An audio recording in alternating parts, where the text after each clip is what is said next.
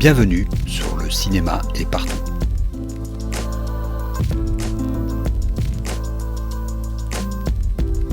Un podcast sur l'industrie du cinéma et ses évolutions.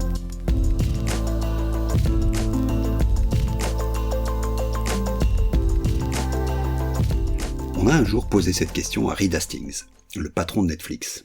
Quel est votre plus grand concurrent ? Du tac au tac, Hastings a répondu « le sommeil ». Ce genre de phrase, venant d'un des géants du net, a tout de suite été interprété comme de l'hubris propre à la Silicon Valley. Il y a pourtant une évidence dans cette réponse.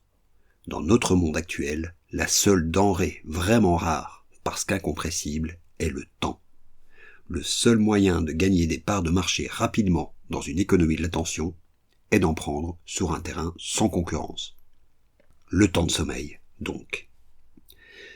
Sauf qu'entre-temps, l'entreprise d'Hastings, comme toutes les entreprises de divertissement, se sont fait doubler par un adversaire venu de là où on ne l'attendait pas. TikTok. Après être devenue rapidement l'application la plus téléchargée sur mobile, elle est en passe de dépasser Instagram en termes d'utilisateurs actifs, a déjà largement supplanté Facebook en temps d'usage, et est même, paraît-il, plus utilisée que Google pour la recherche d'informations auprès de la génération Z. TikTok, en quelques petites années, a bouleversé le paysage des médias sociaux. Si bien qu'on parle aujourd'hui de TikTokisation d'Internet.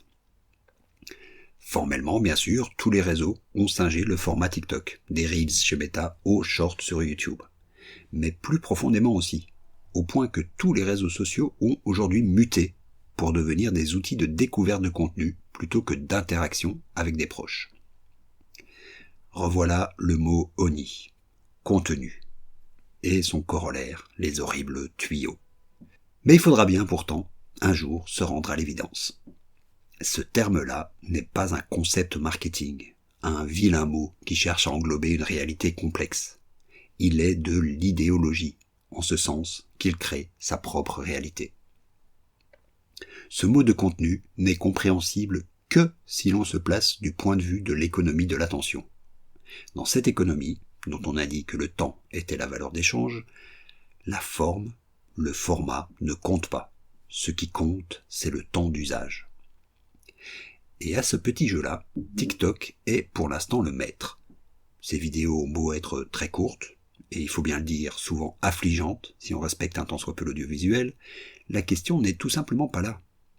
Ces vidéos servent un flux qui, lui, est diablement efficace.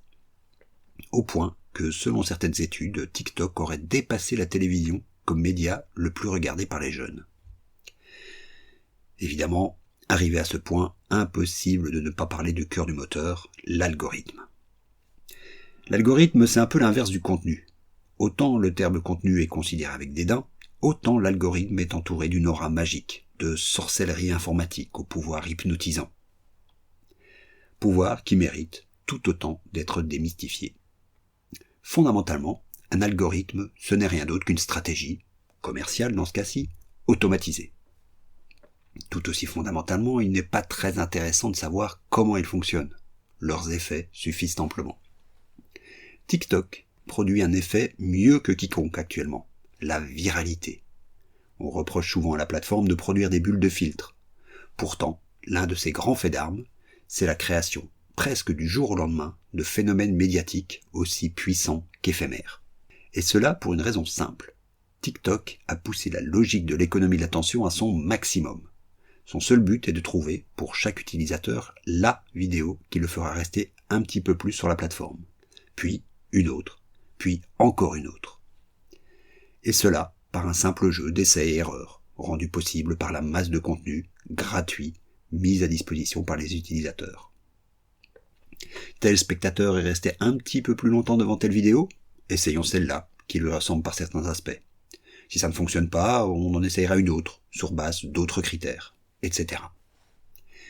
Décrit comme cela, on voit bien que ce système, cet algorithme, enferme moins les utilisateurs dans une bulle qu'il ne donne une prime aux quelques vidéos vraiment virales, celles qui sont susceptibles avec une très grande probabilité de provoquer de l'engagement. Pour le dire en quelques mots, TikTok utilise la bonne vieille méthode dite du spaghetti. Il lance des dizaines et des dizaines de spaghettis sur le mur, et ne garde que ce qui colle. Bien sûr, la viralité peut être intéressante à plusieurs niveaux. Une vidéo qui ne suscite de l'intérêt qu'auprès d'un certain type de spectateur, clairement identifiable, a autant de valeur pour la plateforme qu'un crowd pleaser. Mais qu'est-ce que tout cela a à voir avec le cinéma ? Nous ne sommes clairement pas dans le même monde. Eh bien si, justement, TikTok et le cinéma sont dans le même business, celui de l'exploitation du temps libre des gens. Et ils sont même loin d'être les seuls. Le jeu vidéo, Facebook, Twitter, YouTube, le théâtre, les plateformes d'éducation, les parcs d'attractions, etc., etc. Tous se battent pour la même part de gâteau, les 6 à 8 heures quotidiennes de temps libre. Ce qui est intéressant dans la comparaison entre TikTok et le cinéma, c'est que dans ce spectre, ils adoptent des stratégies diamétralement opposées. TikTok possède son propre canal de diffusion et une base de données de contenu qui ne cesse d'augmenter. La plateforme y puise sans fin pour poser inlassablement la même question à chaque utilisateur. Et ça, t'aimes bien ? Elle a automatisé l'échantillonnage sur un public test de plus en plus large. En ressort, tout aussi automatiquement, les produits les plus populaires.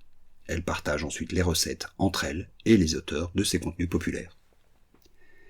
Le cinéma fait donc l'inverse. Dans le meilleur des cas, et l'on sait à quel point cela n'est qu'une vue de l'esprit, il préfinance les films sur base des recettes futures que le film engrangera auprès d'une certaine gamme de public. Le spectateur final choisit et paye, lui aussi à l'avance, son film en faisant le pari que ce qu'il verra lui plaira. Un film est donc une succession de paris, risqués pour chaque intervenant, là où sur TikTok, tout le monde en ressort gagnant en permanence. Mais alors, face à ce genre de rouleau compresseur, tout est-il perdu comme le scandent les Cassandres et ceux qui crient à la régulation à tout va ? Bien sûr que non. Parce que tout comme il y a une économie de l'attention, il y a une écologie de l'attention. Les utilisateurs finaux, n'en déplaise à ces mêmes Cassandres et régulateurs, ne sont pas des moutons décérébrés. Ils font sans cesse des choix. Entre des formes courtes et longues de divertissement, entre un délassement et des activités qui leur apportent de la valeur. La grande force de TikTok, et de bien d'autres plateformes de contenu, c'est qu'il a inversé la logique classique du marketing. Avec ses études de marché, ses assumptions sur les catégories socio-professionnelles et les habitudes de consommation. Chez eux, les profils de consommateurs se créent au fur et à mesure qu'ils consomment. Et les produits en eux-mêmes, les contenus, acquièrent leur valeur commerciale en étant consommés. Le cinéma, comme industrie, ne peut pas concurrencer ce système. Mais il ne le doit pas. Ce qu'il peut faire, par contre, c'est de l'ingénierie inversée. À y regarder plus près, l'industrie du cinéma a toujours été un réseau. Elle produit un type de contenu, diffusé exclusivement par un canal, pour ainsi dire monopolistique, la salle de cinéma. L'industrie prise dans son ensemble possède donc les contenus et les tuyaux. Sauf que chacun de ces éléments est détenu par différents acteurs qui se livrent une concurrence non seulement entre eux, entre studios, entre distributeurs, entre salles, ce qui est plutôt sain, mais aussi entre segments de la chaîne. Et on en arrive là au cœur du problème. La seule donnée qui arrive à sortir du tuyau cinéma est un pauvre chiffre, le box-office, en clair, les recettes. Et encore, en Belgique, on n'est même pas capable d'obtenir ce chiffre. L'industrie du cinéma est aujourd'hui le dernier réseau de création de contenu qui ne peut et ne veut pas obtenir des informations fiables sur le profil de ses spectateurs. Résultat, il produit à la chaîne des spaghettis mi-cuits sur base de recettes d'il y a plus de 30 ans et s'étonne qu'il y en ait de moins en moins qui collent au mur. Ce que TikTok nous apprend, avec son insolent succès et sa logique poussée à l'extrême, c'est que le cinéma doit se repenser comme une industrie unitaire, accepter d'être dans une économie de l'attention et remettre une réflexion marketing raisonnée et objective au centre de son fonctionnement. À la semaine prochaine.